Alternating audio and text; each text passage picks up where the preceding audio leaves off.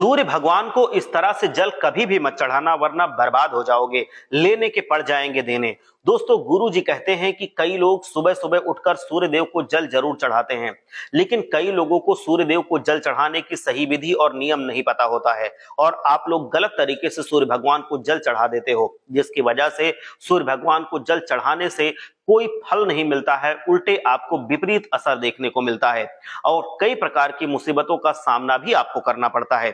दोस्तों, आज के इस वीडियो में हम आपको बताएंगे कि सूर्य भगवान को जल देने की सही विधि और सही नियम क्या होते हैं।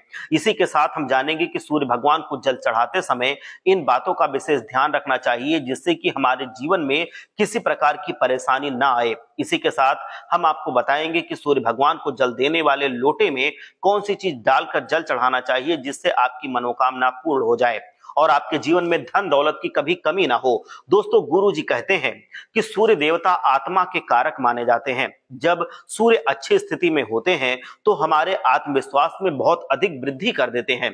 पिता से हमारे संबंध जब अच्छे होते हैं, सूर्य देवता भी पिता की श्रेणी में आते हैं, तो हमारा स्वास्थ्य अच्छा होता है, पिता का पूर्ण सुख हमें प्राप्त होता है, धन संतान की प्राप्ति में कोई बाधा नहीं आती है। इसी वजह से जो हमारे सूर्य देव हैं, जो हमारे पिता होते हैं एक तरह से, तो संतान की प्राप्ति हमें होती है। दोस्तों, गुरु जी ये भी कहते हैं कि जब सूर्य हमारी कुंडली में होते हैं तो सूर्य की तरह हमारा भाग्य भी चमकता है, हमारा भाग्य सातवें आसमान पे पहुंच जाता है और हमें करोड़पति बनने से कोई रोक नहीं सकता है।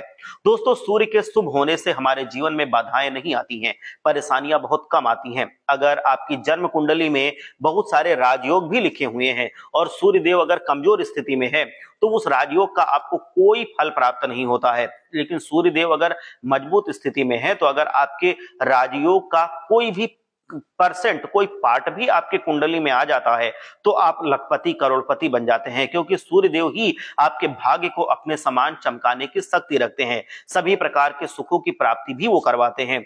धन, संतान, मान सम्मान, नौकरी, शासन, प्रशासन से आपको लाभ दिलवाते हैं। मतलब आप अपने जीवन में जो भी कामना रखते हैं, जो भी आपकी इच्छाएं होती हैं, वो मात्र सूर्य देव की कृपा से ही पूर्ण होती हैं। दोस्तों, सूर्य का हमारे जन्म कुंडली में अच्छा होना बहुत आवश्यक होता है, लेकिन अगर आपकी जन्म कुंडली में सूर्य देव कमजोर हैं, तो उन्हें हम प्रसन्न करके उसको अच्छी स्थिति में ला भी सकते हैं। सूर्य अगर कमजोर हैं, तो हमें उनको प्रसन्न करने का, उनको शुभ बनाने का, मजबूत बनाने का उपाय जरूर जानना चाहिए। वही हम आपको बताने जा रहे हैं। बहुत ही आसान उपाय होते हैं सूर्य देव को मनाने का और मजबूत करने का। दोस्तों, आज की इस वीडियो में हम आपको बताने वाले हैं कि ऐसे ही कुछ बहुत ही अचूक, आसान और चमत्कारी उपाय के बारे में, जो अगर आप करते हैं रविवार के दिन या किसी भी दिन नियमित अपनी